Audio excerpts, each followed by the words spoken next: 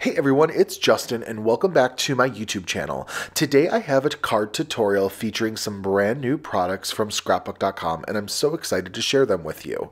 For today's card, we are going to be using the Enchanted Forest Shape Dies and Stamp Set along with the Woodland Pattern Paper Collection in the A2 size. I am going to pull out a couple colored pieces of paper along with patterns to use for the project. The first one I decided is this light teal pattern paper, but also the dark teal color that's on the back, almost like an Uncharted Mariner color if you're familiar with the Distress family of colors. I'm pulling in this critter confetti background on white paper, but then also another pattern that's going to be a little bit darker. It's like a dark navy, almost black, that has just a couple forest silhouettes on it. Here you can see them a little more close up and we'll use those later on in our project.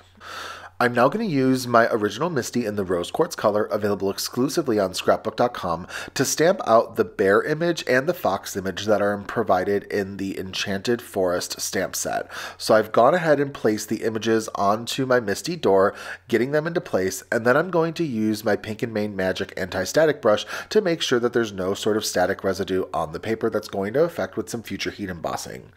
I do use VersaFine Clair ink in the Nocturne color to stamp out my images, and this is the perfect ink to use with a embossing powder because it stays nice and wet for a long time and you get very crisp impressions. So I pull in some Detail Clear embossing powder by Pink and Main, and I'm going to pour this over my stamped out images, tapping off the excess, and then get it ready to go for some heat embossing. Now, of course, I'm going to have this sped up super quick, and so we can get this heat embossing taken care of nice and quickly for you.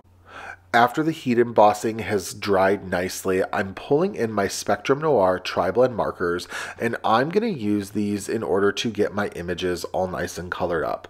I've gone ahead and placed the colors I'm using of the different blends onto the screen for you to easily reference for my project.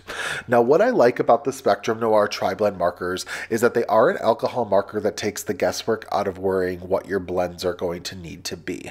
They come with 3 different colors in a marker. It's really 3 markers in one because there's 3 different nibs. They're all just stacked on top of each other, and you're going to get a highlight, you're going to get a midtone, and you're going to get a shadow color. So it's going to make it really easy to sort of map out how to color your images.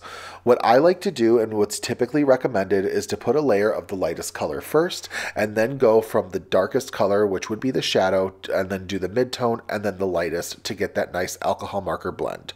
So we're using that earth tone blend on the body of the bear, and then we're also going to pull in some of the fair skin blend to pull in the area on his chest and his snout, because I imagined it was just a nice lighter fur. I thought the coral blend would work really nicely with the pads of his feet and also coordinate well with the pattern paper pad. We're going to use some blue turquoise on the bib of the bear in order to get that nice blue color into the project. And what you're also going to see when I color is that I like to coordinate the colors between the 2 images. So we're also going to see this blue turquoise blend show up with the fox as well. I thought dark red would be a really great color blend to use for the hat of the bear, and then a little bit of the gold brown for the top of the hat. Now for the fox, I originally wanted to make sure that he was not going to be super orange. I wanted to capture the subtlety and the softness of the colors in the pattern papers that we were using as part of the Woodland Pattern Paper Collection. And I thought that the tan blend would work really nicely for the fox.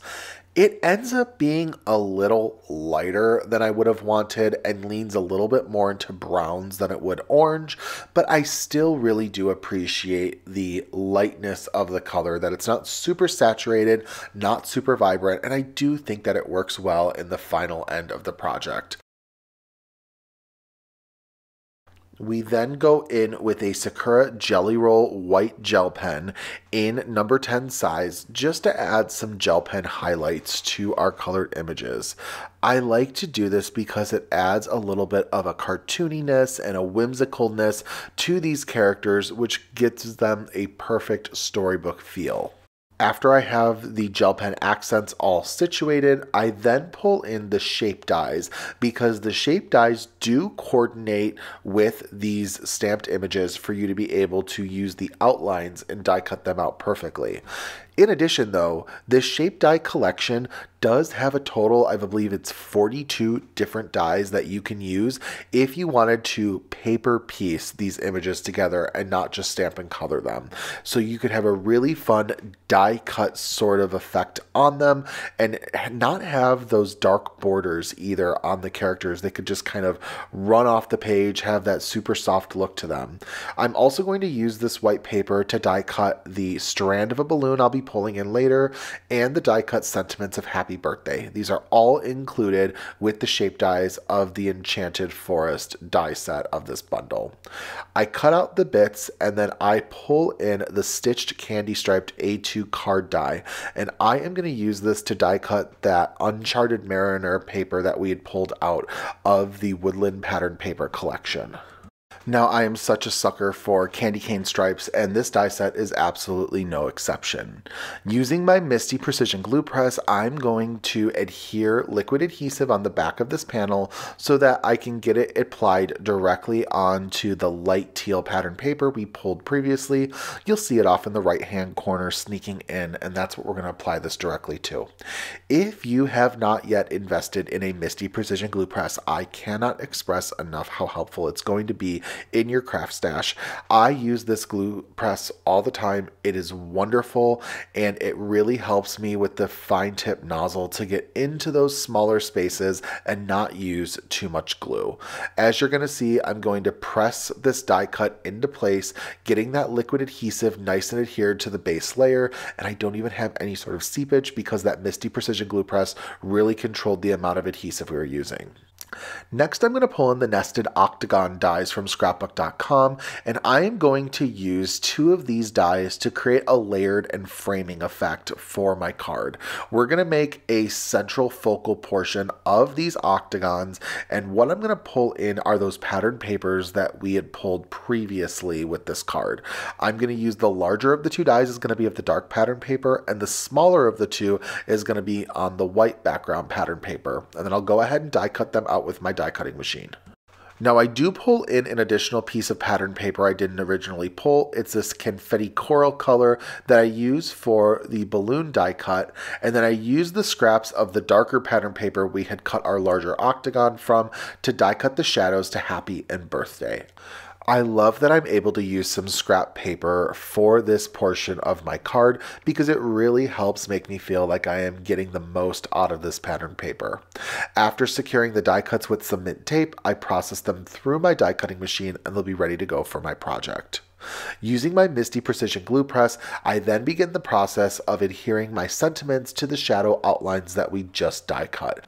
My Misty Precision Glue Press is really getting a workout because it's really showing off how it is able to apply that liquid adhesive onto the back of these small and narrow die cuts with the help of that fine tip nozzle.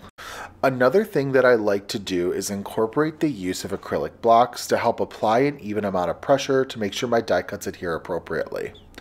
Using some more liquid adhesive, I put my octagon die cuts into place. See, I layer them on top of each other, which creates a nice layering effect with that darkest panel. And then I'm going to pull in some more liquid adhesive to adhere this unit to my card panel.